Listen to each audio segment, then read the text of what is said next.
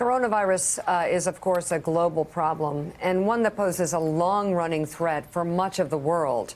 So it is no wonder it landed squarely on the Eurasia Group's list of top geopolitical risks for 2021.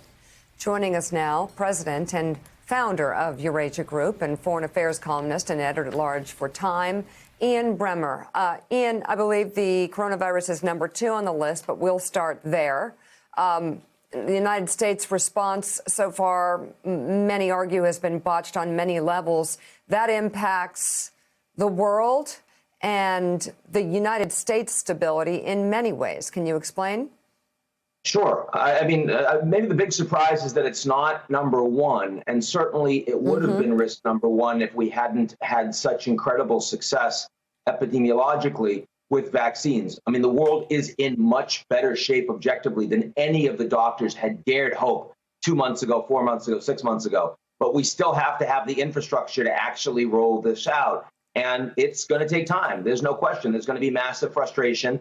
And that not only means greater inequality in the wealthy countries, because, of course, if you're not in a knowledge economy, this is hurting you a lot worse. But it's also much greater inequality between the advanced industrial economies that will get these vaccines over the course of 2021 and a lot of the lower and middle income countries that won't. And, you know, if you're in Latin America right now, you think about the second wave hitting them and the inability of those economies to provide the kind of relief and stimulus the Japanese, the Europeans, and even so far the Americans have been able to provide.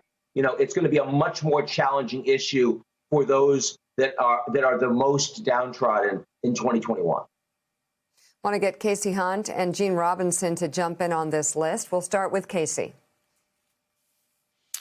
Good morning. I want to start with the first item here on your list, 46 asterisk. You're talking about Joe Biden and whether people believe he's president or not. And I think one of the things that I've been focused on as I've been covering the Electoral College, for example, is what this looks like to our adversaries abroad.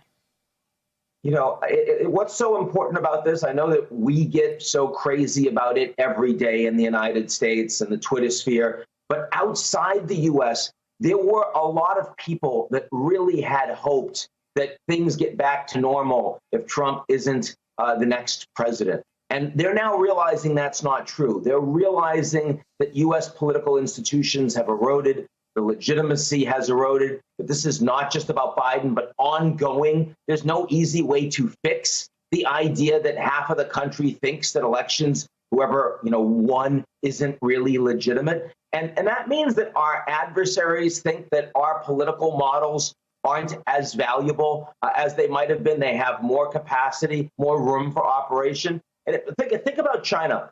And that in the last few weeks, they were able to get the Europeans to sign a historic trade deal once the Europeans already knew that Biden had won the election, because the Europeans are hedging more. They're looking at the United States and saying, we're not convinced, even with Biden as president, in another 4 years, someone else doesn't come back, that the Americans are really going to be committed to us as allies long term.